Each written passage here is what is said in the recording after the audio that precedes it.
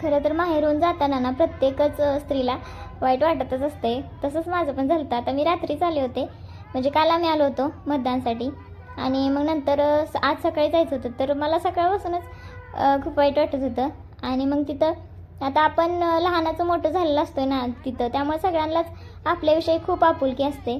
तर तिथं सुवासनी होते आणि आई स्वयंपाक करायला गेली होती, त्यामुळे मग त्यांना माहिती झालं सारिका आली म्हणून. मग त्यांनी मला चहा प्यायला बोलवलं होतं त्यांच्या घरी. तर सगळेजण विचारत होते, बरे आहे का सारिका, कशी आहे तू, असं. म्हणजे आपल्याला त्यांनी लहानाचं मोठं झालेलं बघितलेलं असते, त्यामुळं आपल्या माहेरात ना एक वेगळंच कौतुक असते. कौतुक वाटतं सगळ्यांना आपल्या संसाराचं खुशाली ऐकून. हे सगळ्यांना खूप छान वाटतं.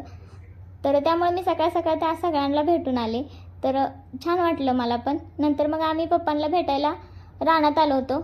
आज रविवार असल्यामुळे ना पप्पांना सुट्टी होती. मग पप्पा रानात गव्हाला पाणी द्यायला गेले होते. तर म्हटलं मग आता त्यांना माघारी येणं तर शक्य नव्हतं, त्यामुळे आपणच भेटून येऊया. आणि मला एका ताईने कमेंट केली की पप्पांना बघितल्यावर खूप छान वाटतं त्यांना. तर खरंच मला पण खूप छान वाटलं कमेंट वाचून. Thank you so much. आणि खरंच पप्पा आमचे असे आहेत. पप्पांचा स्वभाव ना खूप छान आहे. तर हे बघू शकता आमचा गहू आहे हा.